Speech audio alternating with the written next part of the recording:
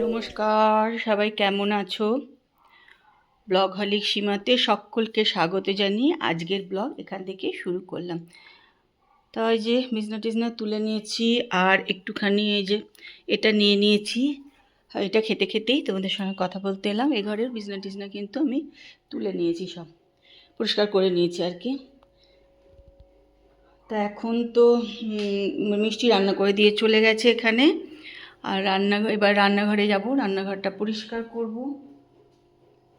এখন বাজে হচ্ছে 12টা 15-20 বাজে। তো রান্নাঘরটা পরিষ্কার করে তবেই চান ধান করবো। আর দেখো কি সুন্দর এখানে জবা ফুটেছে। এখানে কুড়ি আছে জানো তো, এখানে একটা আছে, এখানে একটা আছে। এগুলো হয়তো ফুটে যাবে। আর বৃষ্টির জল তো, তুলসী গাছগুলো দেখো কি সুন্দর হয়ে আছে না, বড় বড় পাতা একদম। আজকেও কিন্তু ওয়েদার ভালো না, মেঘ মেঘ করে আছে জানো, মনে হচ্ছে যখন তখন বৃষ্টি নেমে পড়বে। আর কি করব, নামলে নামবে। তা চলো আজকে ব্লগ এখান থেকে শুরু করছি, সঙ্গে থাকো আর ব্লগটা দেখতে থাকো। চলো মিষ্টি কি রান্না করেছে আজকে তোমাদের সঙ্গে একটুখানি শেয়ার করে দিই।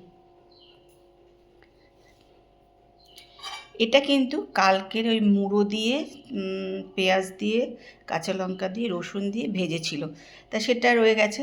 আজকে আমরা 3জন খেয়ে নেব।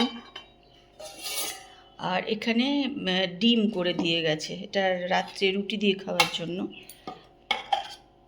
এখানে করেছে পোস্ত, ঝিঙে আলু পোস্ত।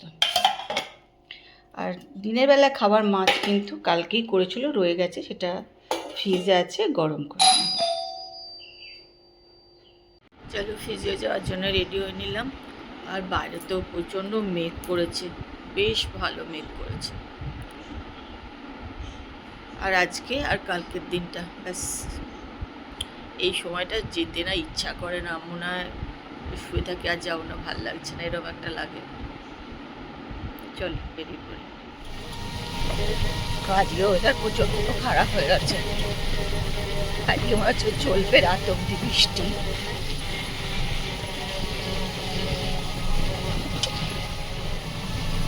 আমাদের ফিজিও হয়ে গেছে, আর ফিজিও করে বাড়ি যাচ্ছি। আজকে প্রচণ্ড ওয়েদার খারাপ, বৃষ্টির মধ্যে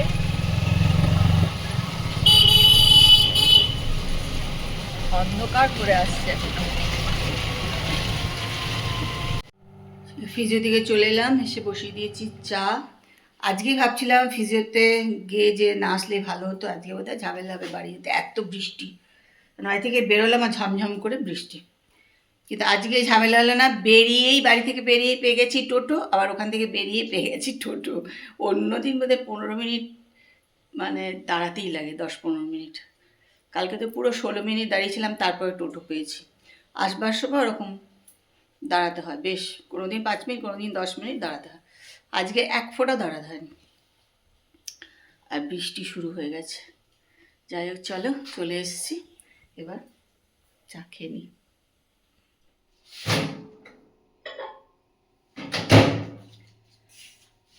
তো চলে এসেছি একটু রান্নাঘরে, এখানে বসিয়ে দিয়েছি দুধ।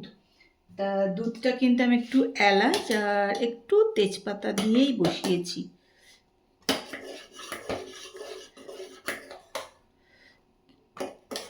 কেননা এখানে যে চাল নিয়ে নিয়েছি, গোবিন্দভোগ চাল, তা ওটা এই দুধের মধ্যে দিয়ে একটু ফুটিয়ে নেবো বলে, যা মানে পায়েস করে নেবো আর কি। দুধ একদম আমাদের খাওয়া হয় না জানো তো, তা একটু পায়েস করে নিলে আমারই খাওয়া হয়ে যাবে আর কি। তাপস তো খেতেই চায় না ওইসব। যাই হোক, তো চালটা একটু ঘি দিয়ে পায়েস করব। আর এখানে দেখো তেল বসিয়ে দিয়েছি।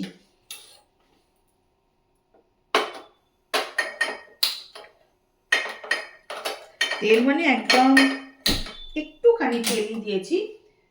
আর এই যে চিকেনের এগুলো একটুখানি গরম করে নিলাম। এগুলো অনেক দিন আনা হয়েছে, বুটায় কুটু যখন এসেছিলো তখন ওদের জন্য, কিন্তু ওরা তো খায়নি কিছুই, এবার খাওয়ার ওরা সময়ই পায়নি।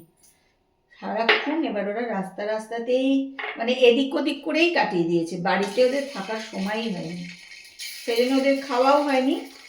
যাই হোক, আমি ওইটা একটুখানি ভেজে নিচ্ছি।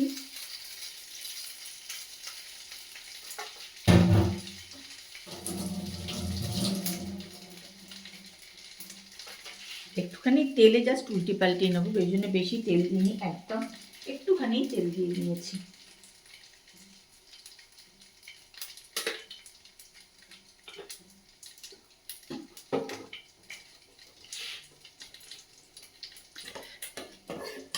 আর এই দুধটা খুব ঘন দুধ আর কি, আর আমি জাল দিয়েই রেখেছিলাম ভালো করে, সেই জন্য বেশি আর জাল দেবো না, একটু আর একটু করলে ফুটলে তারপরে চালটা দিয়ে দেবো।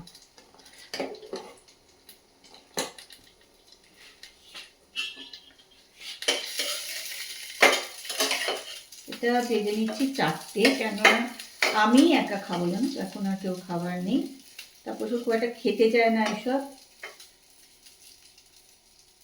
আমি একটুখানি খাবো বলে একটু ভেজে নিচ্ছি।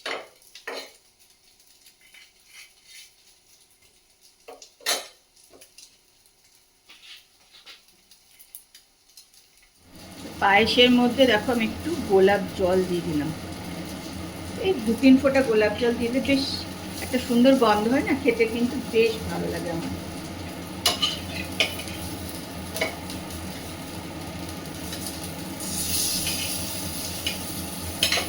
দেখো চিকেনের যেটা ভেজেছিলাম এর সঙ্গে কিন্তু আমি একটু নিয়ে নিচ্ছি মেয়োনিজ, এই যে ভেজ মেয়োনিজ, এটা একটুখানি আমি নিয়ে নিলাম। অনেকে আবার সস টস দিয়েও খেতে ভালোবাসো, না আমার আবার একটু মেয়োনিজ দিয়ে খেতেই ভালো লাগে, তাই একটুখানি মেয়োনিজ নিয়ে নিলাম।